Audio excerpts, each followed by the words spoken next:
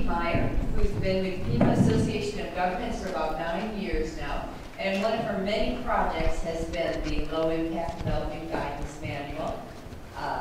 And she's going to talk about the inventory of regional policies and efforts. And we probably will have a little extra time for questions since we have some time built in.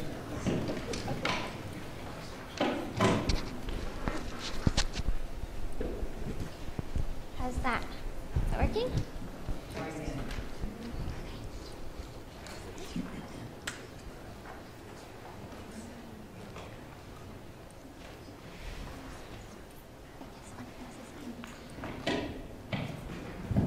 Well, I'll tell you a little bit more about her in the meantime.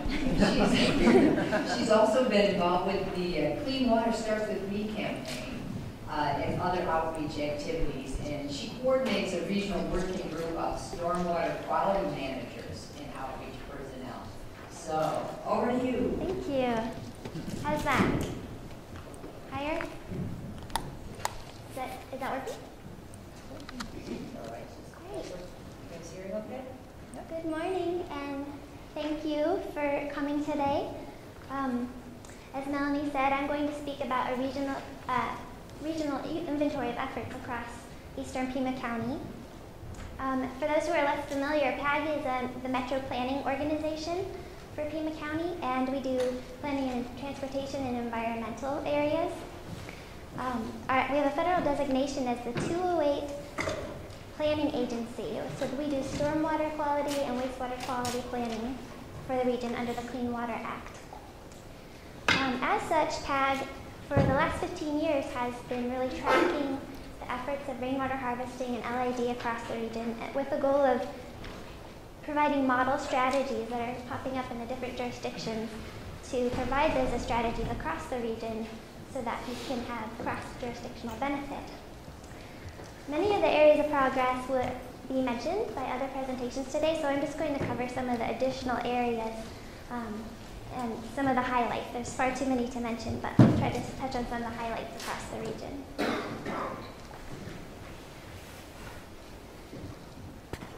So because LID and green infrastructure have multiple benefits, they naturally cross many disciplines. So our inventory included a look at private, public, and academic sectors for their areas of progress. This includes areas of community support, progress in stormwater management, transportation policy, also including the larger landscape level connectivity and preservation, water resource strategies related to rainwater harvesting, where we've seen political leadership, tracking the development of planning tools and public outreach, as well as industry growth.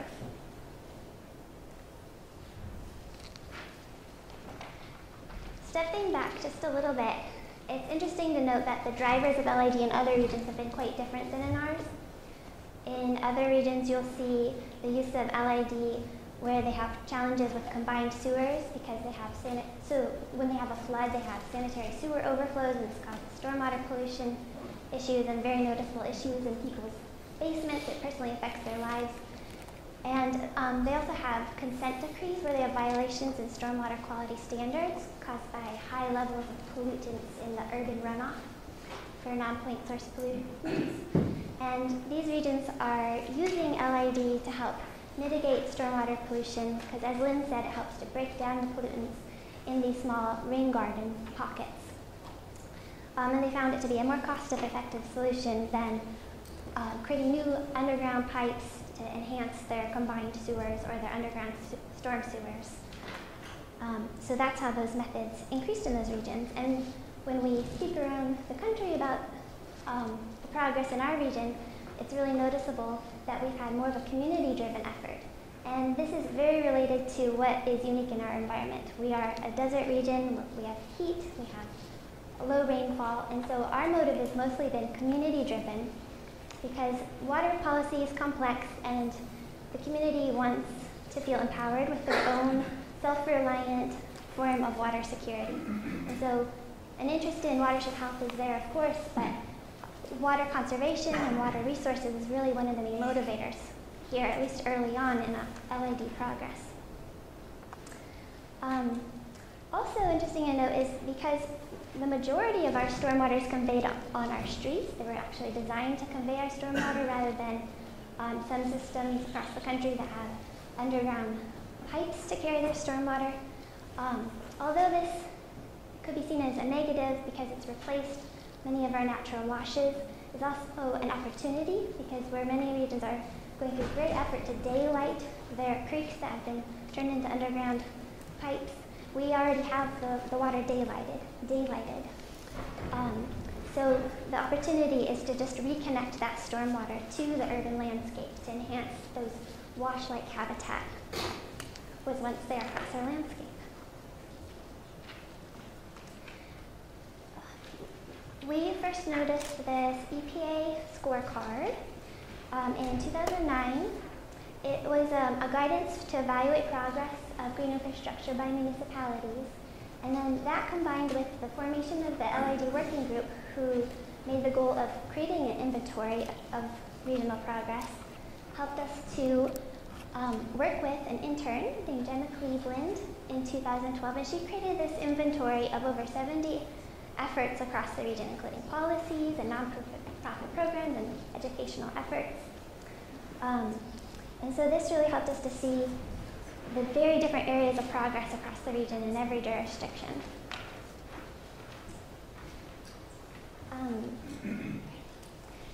What I think is interesting to note, she found elements all the way back as far as the 1980s that mentioned words such as rainwater harvesting, natural channel design, permaculture, curb cuts, and shade trees in various policy documents. But it wasn't until around 2011 that any of the documents used the terms LID or green infrastructure. It was a very rare occurrence until then.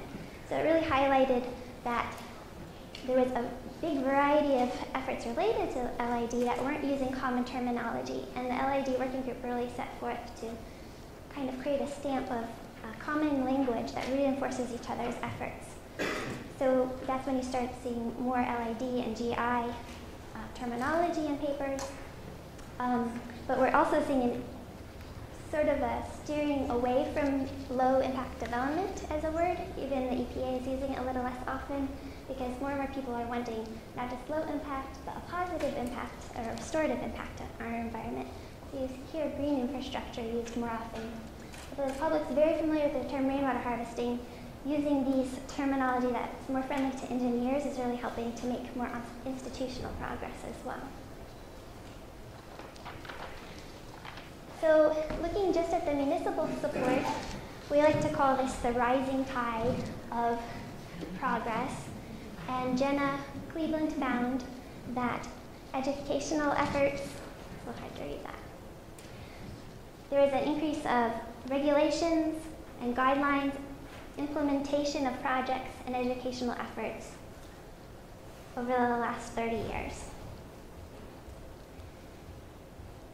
So this inventory, I highly recommend it to look at different model policies that might be applicable to your jurisdiction if you don't have these policies or guidelines just yet.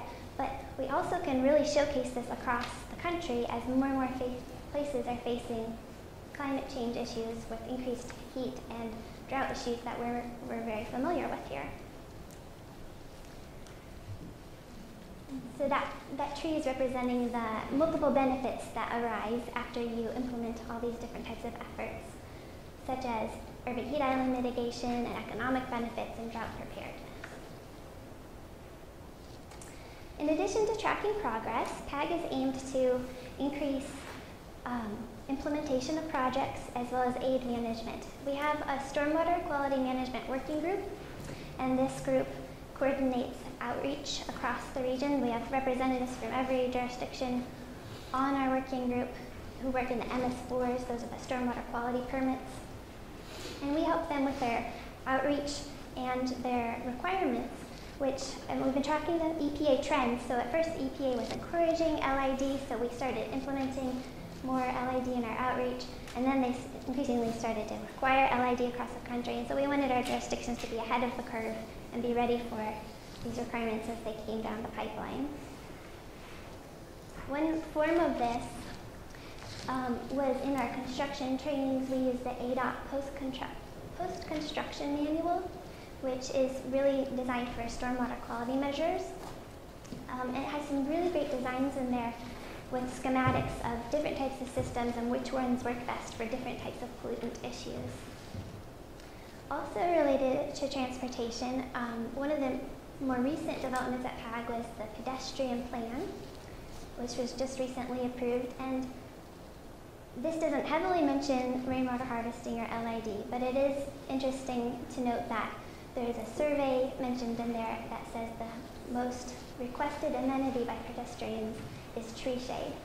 So we have a real opportunity to work together on this issue.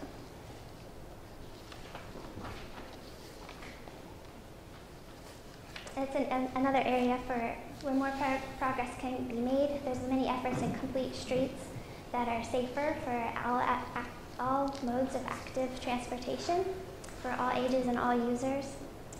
And of course, many people say these streets aren't complete without the vegetation.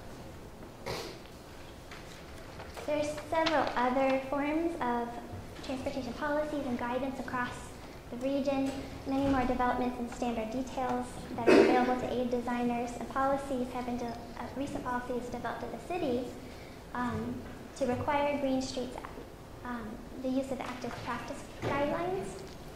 Not all the jurisdictions have policies available, but they do have this guidance available to them. But the use of a policy is very helpful so that engineers know that it's an approved standard that they can use in their work. I wanted to zoom out a little bit and not forget that green infrastructure also covers the larger scale connectivity of our washes and our wildlife corridors. So some areas of progress in this area of green infrastructure were done really early on. For example, with the Sonoran Desert Conservation Plan that designated our wildlife linkages and helped set out goals for preserve systems. Also in 2006, one of the first major funding efforts happened for wildlife linkages when the voters voted on the 2006 RTA plan.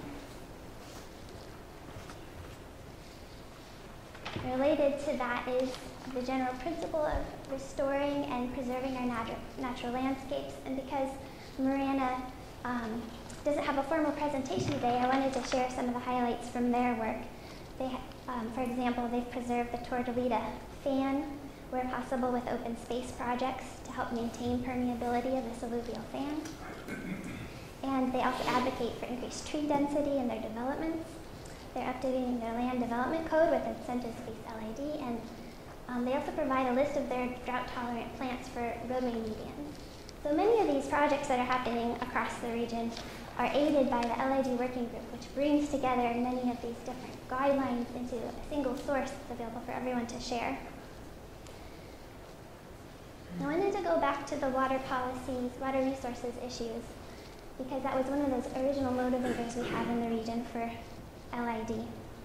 And point out that as far back as 1984, we had the Tucson Water Waste Ordinance. This is really interesting because not only is California now developing similar policies, that Tucson could be a model to show various ways of reinforcing a message that it's unethical and actually unlawful to waste water in Tucson. But these were sort of the foundation that helps you to know that if you are trying to minimize your potable water usage, you naturally should look to stormwater as a resource. Moving forward, in 2008, we saw the nation's first commercial rainwater harvesting ordinance, which was implemented in Tucson. In 2009, it was exciting that the state had the Blue Ribbon Panel, and they acknowledged stormwater as a resource for the first time in one of the state-related planning documents.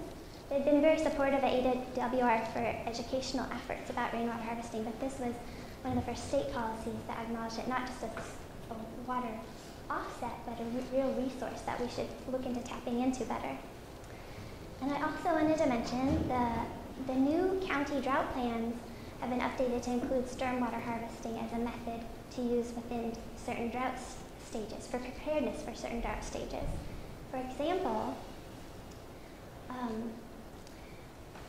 when we reach drought stage 2 in the city of Tucson, which is declared when the first cap shortages are reached, which is expected in the next couple of years, the city is proactively implementing some irrigation restrictions across the region. And this isn't because their water resource for municipalities is cut back at that stage of water shortage, but because it's a way of being prepared and reducing our impact on water demand on the system.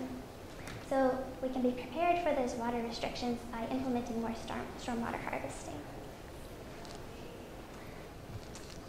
Those were just flashing the geoscape and the water waste ordinance, the latest drought stage levels for our region, and the irrigation restrictions.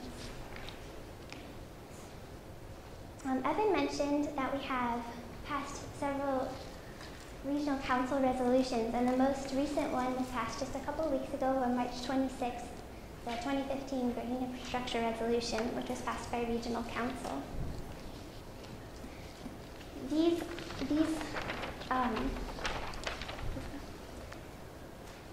resolutions are helpful for not only defining what our shared values are in the region, but they also recognize our accomplishments and help spread the word about these accomplishments. And they've also helped lead to various awards and grants because it's declared for the region what our accomplishments are. And they also provide direction. I want to point out my boss, Claire Zucker, was instrumental in getting the 2009, the very first rainwater harvesting resolution passed and acknowledged stormwater as a resource. Then in 2012, we had the LID resolution, which really expanded and looked at multiple benefits, such as flooding and natural corridors. And this most recent resolution looks at the economic values of green infrastructure and those linkages to transportation and health. You can also look forward to an accompanying white paper to accompany the green infrastructure resolution, and this will highlight the research that's available about the economic value of green infrastructure. So a lot of these details will be available in that paper. It also calls on the region to create testimonials about how green infrastructure is working for businesses in the region and helping to increase sales or productivity of our economy.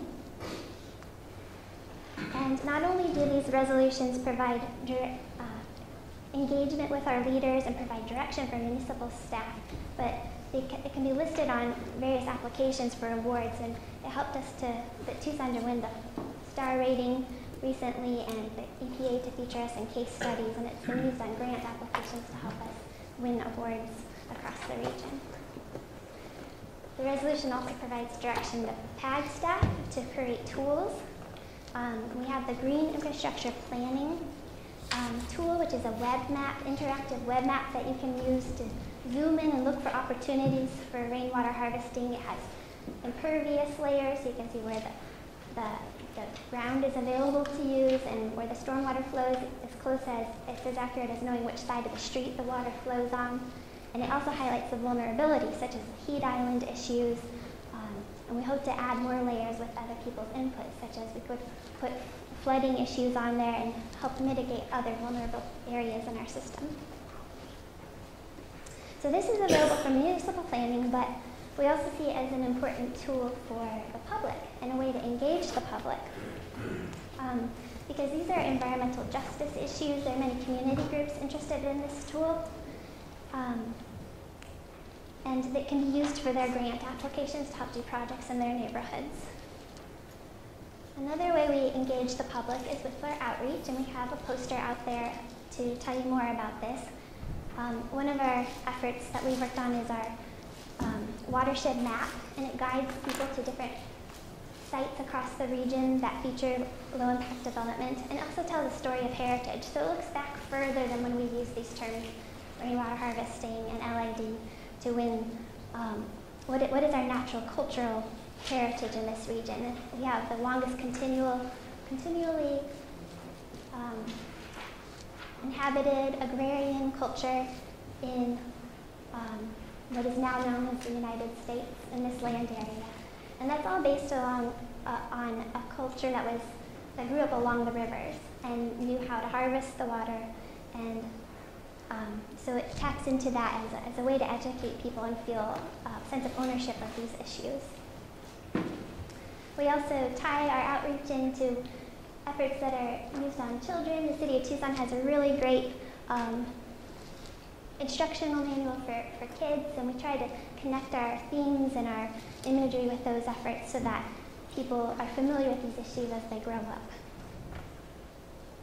Of course, PAG's not the only one doing outreach. There's so many efforts across the region, from Tucson Water to Trees for Tucson. The Cooperative Extension was one of the first resources that I'm aware of that had a manual on harvesting for rainwater harvesting for the landscape that was created in 1998. Of course, Brad Lancaster helped bring great awareness to it with his 2000 book, Rainwater Harvesting for Drylands.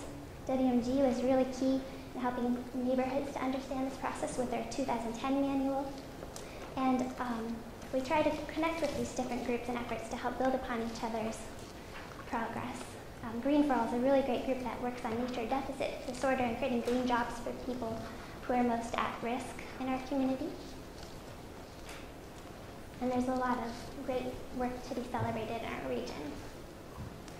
So just looking forward a little bit, there's a few projects that are already just beginning, burgeoning efforts in our region that I wanted to highlight and maybe just help you brainstorm a little bit as we discuss next steps this afternoon. There is a poster outside about our efforts in shallow groundwater outreach, and we've worked with many people across the region. Recently on this, Watershed Management group is helping to raise awareness and do restoration projects. Tucson Water is trying to highlight this with a new effort in Sabino Canyon to evaluate how we can help shallow groundwater areas. And LID, there's enough research now that's just beginning to show that this is one area where we can really have an impact on our groundwater levels. In the deeper areas of the aquifer, and because of our arid system, we typically don't think of LID for increasing groundwater levels in arid systems. But there's an increasing number of research that shows that we can actually make an impact in shallow groundwater systems where there's tree shade to help cool the area and greater connectivity with that aquifer. And this is really important because our shallow groundwater areas are help support some of our last remaining perennial creeks, and they're more distant from where we have other recharge efforts because they're off on the urban periphery, and they can be impacted by private wells. And Jay probably noticed that I put his house on that slide because that's a great example of how instead of pumping from a well, you can use rainwater harvesting to minimize impact on these systems. I'm not going to go into a lot of detail on funding, but that is an area for where we are looking to increase our efforts to help know how to fund stormwater utilities. A lot of these programs are paid by their general fund, and people are working on ways to survey the public's willingness to pay for these services. There was a 1990 survey that Irina Gata just let me know about that was a telephone survey and found that 80% of the people who responded said they would be okay with a $1 a month fee to go toward landscaping in publicly visible areas. So I think there is a desire out there, and that actually is a significant amount of money to help provide funding for these types of programs. So just in conclusion, this is some new guidance out from the EPA. I think it's a really great resource. It came out in 2014. And this is one of their diagrams they provided in that document that shows how a municipality can assess progress of green infrastructure in their region. And we really are halfway around that chart already. We've created a vision. The LID working group has created plans and inventories and assessed progress. And it gives some more helpful ideas of next areas for work, such as looking at hazardous waste sites, and there is guidance available for how you do green infrastructure around those sites. And it points toward the creation of funding and monitoring your projects to see how each of them are doing. Thank you. Do you have any questions?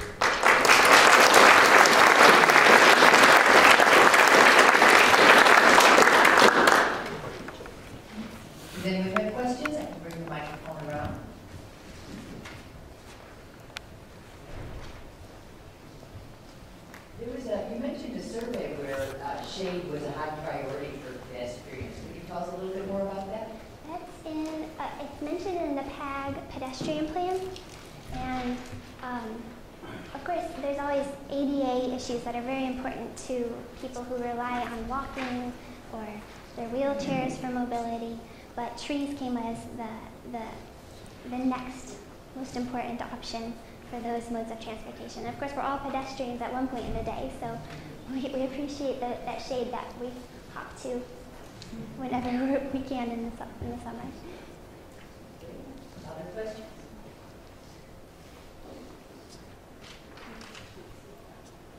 Did you want?